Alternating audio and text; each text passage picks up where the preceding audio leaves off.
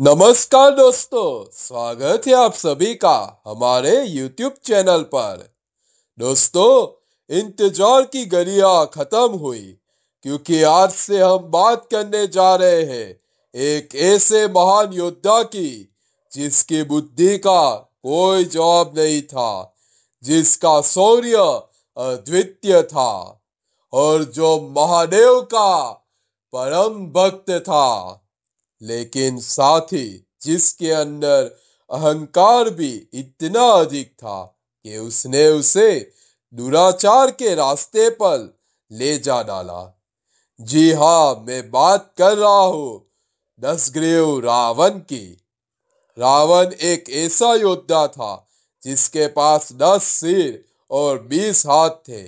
वह एक महान विद्वान, शक्तिशाली योद्धा और एक कुशल राजनीतिज्ञ भी था। उसने लंका नामक एक समुद्र और शक्तिशाली साम्राज्य की स्थापना भी की थी। तो दोस्तों, इस वीडियो में हम रावण के जन्म और आने वाले वीडियो में उनके जीवन और उनके कार्यों के बारे में विस्तार से जानेंगे।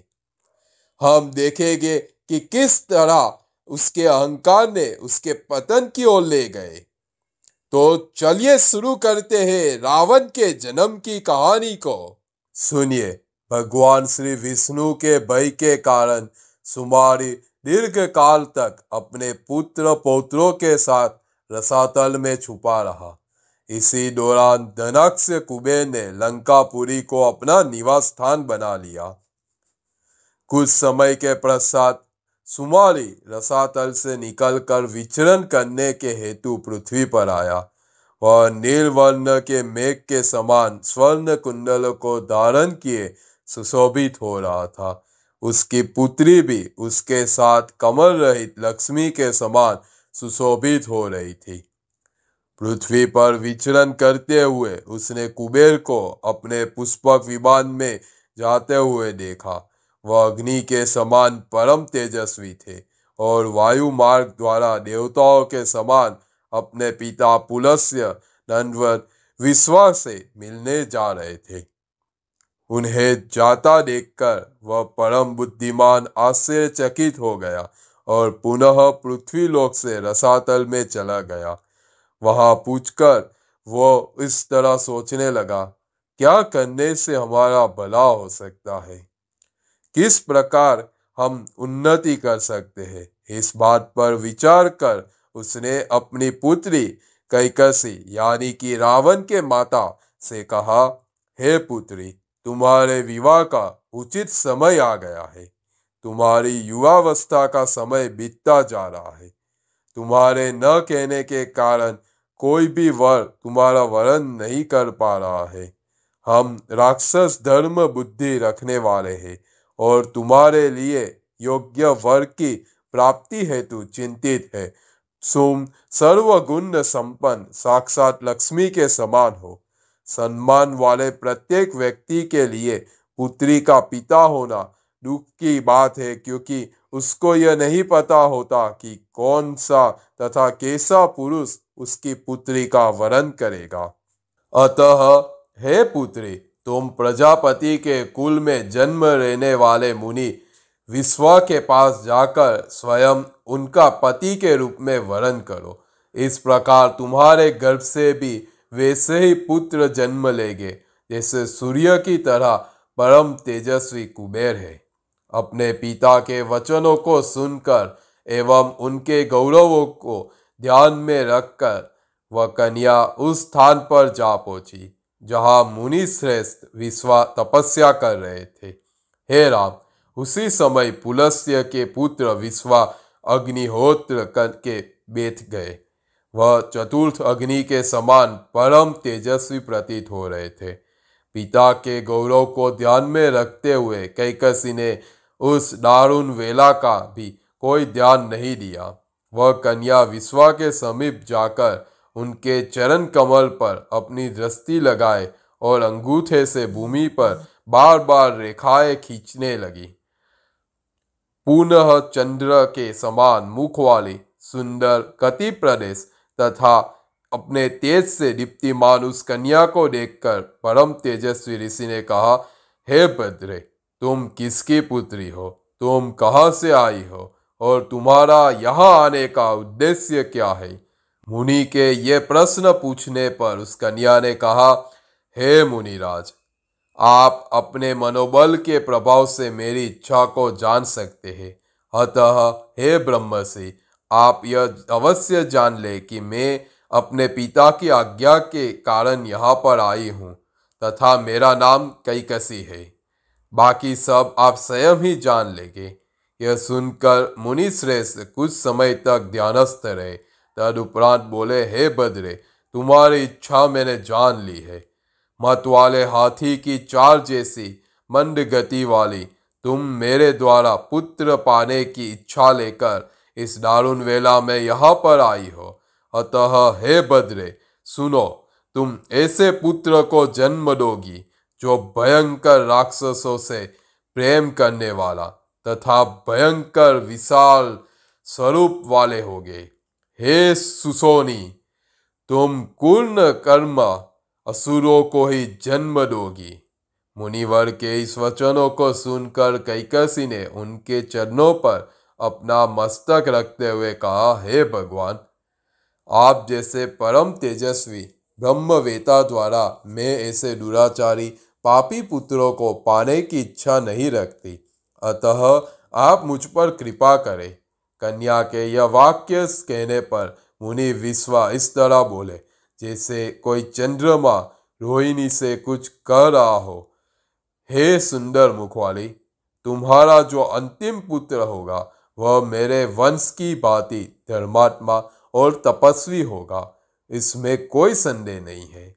मुनिवर द्वारा यह कहे जाने पर कुछ समय के बाद ही कैकसी ने भयंकर विभत्स महाराक्षसी रूप वाले नीले पर्वत के समान विशालकाय, विकराल दांत, तांबे जैसे होठ, 20 भुजाओं वाले 10 ग्रीव तथा चमकीले केस वाले पुत्र को जन्म दिया। उसके जन्म लेते ही मांस भक्षी गिद्ध, मुंह में अंगारे भरकर गिररिया तथा पक्षी आदि उसके चारों ओर घूमने लगे। मेघ बहुत भयंकर गर्जना करने लगे। देवतागण रुधिर की वर्षा करने लगे। सूर्य की रोशनी कम पड़ गई और पृथ्वी पर भयंकर उल्कापात होने लगा। बहुत भयंकर आंधी चलने लगी। पृथ्वी हिलने लगी तथा कभी भी शुद्ध न होने वाला समुद्र शुद्ध हो गया। उस समय ब्रह्मा के समान तेजस्वी पिता मुनि विश्वा ने उस बालक का नामकरण करते हुए कहा, यह बालक 10 ग्रीवाएं लेकर पैदा हुआ है, इसलिए इसका नाम 10 ग्रीव होगा। उसके बाद विशाल एवं महाबलशाली कुंभकर्ण का जन्म हुआ। उसके जैसा शरीर, विशाल उदाहरण भी कहीं पर भी नहीं था। उसके बाद विशाल मुख वाली कन्या सूर्यपंखा का जन्म हुआ। कैकसी के सबसे अंतिम पुत्र विभीषण हुए, जो धर्मात्मा और दयावान थे। उस दयालु महान सत्यवान के जन्म पर आकाश से पुष्पों की वर्षा होने लगी। देवताओं की दुबदुबियां आकाश में बजने लगी। उसी समय आकाश में साधु साधु की आवाज सुनाई देने लगी। 10 ग्रीव तथा कुंभकर्ण दोनों ही महाबलशाली एवं परम तेजस्वी राक्षस तीनों लोकों में उद्वेग उत्पन्न करने वाले थे। वह उसी वन में आयु वृद्धि प्राप्त करने लगे। कुंभकर्ण बहुत उन्मादी था। वह भूख से व्याकुल होने के कारण तीनों लोगों में घूमता रहता था और ऋषियों को अपना भोजन बनाता था। विभीषण धर्मात्मा थे। वह स्वाध्यायी, नित्याहारी, हमेशा धर्म का पालन करने वाले एवं इंद्रिय जीत थे। कुछ समय बीत जाने पर धर्मात्मा कुबेर अपने पुष्पक विमान में बैठकर अपने पिता को देखने के लिए वहां आए। उन तेज प्रदीप वाले कुबेर को देखकर कैकसी अपने बड़े पुत्र 10 ग्रीव के पास पहुंचकर बोली, हे पुत्र, तुम अपने परम तेजस्वी भाई वैष्णव की तरफ देखो। भाई होने के कारण तुम्हें भी इनकी तरह होना चाहिए, परंतु तुम अपने को देखो कि तुम्हारी अवस्था किस प्रकार की है। तुम मेरे पुत्र हो, अतः तुम्हें भी घोर परिश्रम करना चाहिए ताकि कुबेर के समान बन जाओ। माँ के इन वाक्यों को सुनकर दसग्रीव को बहुत बुरा लगा। उसी क्षण उसने प्रतिज्ञा करते हुए कहा, माँ, मैं तुम्हारे सामने सच्ची प्रतिज्ञा करके कहता हूं कि मैं भी अपने भाई के समान, बल्कि उससे बढ़कर परम तेजस्वी और ऐश्वर्यशाली बनूंगा। मैं अपनी सभी मनोकामनाओं को घोर तपस्या करके पूरा करूंगा। यह प्रतिज्ञा करके वह अभिष्ट सिद्धियों के लिए गोकर्ण के पवित्र आश्रम पर चला गया। उस महापराक्रम परम तेजस्वी दसग्रीव ने अपने भाइयों के साथ घोर तपस्या करना प्रारंभ कर दिया।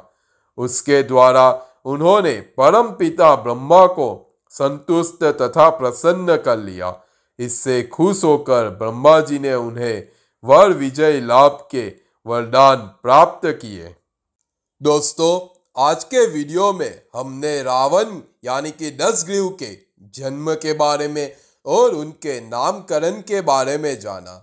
आने वाले वीडियो में हम इसी यात्रा को कंटिन्यू करके रावण के कार्यों, उसके जीवन, उसके कुल के बारे में और जानेंगे। उम्मीद है आपको यह वीडियो पसंद आया होगा। अगर आपको यह वीडियो पसंद आया है तो इसे लाइक और शेयर जरूर करें। हमारे चैनल को सब्सक्राइब करना ना भूलें ताकि आप हमारे आने वाले वीडियोस को देख सकें। हर हर महादेव।